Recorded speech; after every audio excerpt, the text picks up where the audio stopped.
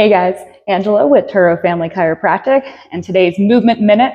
So I feel like this is one I've been going over with a lot of clients lately, so figured it'd be a good one to share, which is a simple shoulder mobility movement. So if you feel any restriction in your range of motion, I'm not gonna be able to see as I lift my arms, but if it's difficult for you to just simply raise your hands overhead or out to the side, if you notice when you're doing that one is getting higher than the other and there's any kind of pain, or you feel like you're just restricted in that movement, limited, this is a great one to try out. So you're gonna lay flat on your back, similar to a lot of the abdominal bracing that we do. So you wanna maintain that same pelvic tilt. So you wanna make sure that you're tilting those hips back, that low back is glued to the ground. You're gonna have both hands above your head, and you're gonna actually touch your palms together so that your thumbs are pointing back towards that back wall. And then you're gonna then take your arms back, sorry, my face is about to be covered here, as far back as you can.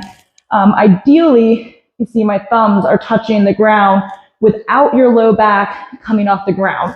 So what you'll see, I have fairly good shoulder mobility, so I can do that easily without my back arching. If you're getting to this point and you feel like you have to arch your back to get those arms up, that is not what you want. So again, maintaining that pelvic tilt, that core engagement, and only going as far as your mobility allows. So if that's as far as you can get, that's as far as you go. But the good thing about doing it in this position, if you relax and breathe, gravity will help assist that final part of the movement, but you want to make sure you don't go too far to the point that you have any pinching, pulling, anything that feels like it's really hurting.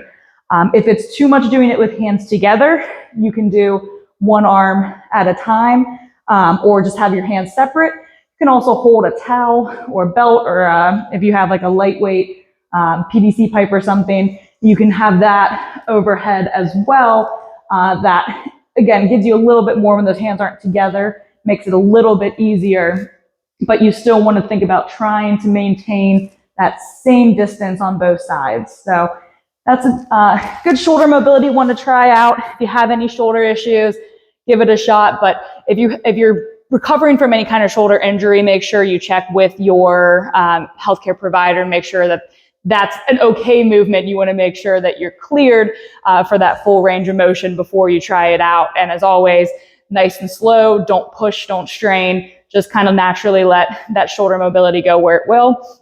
But if that's something that you incorporate into your daily movement, you're really going to notice a big difference in that range of motion in the shoulder. So that's your Movement Minute. I'll see you guys next time.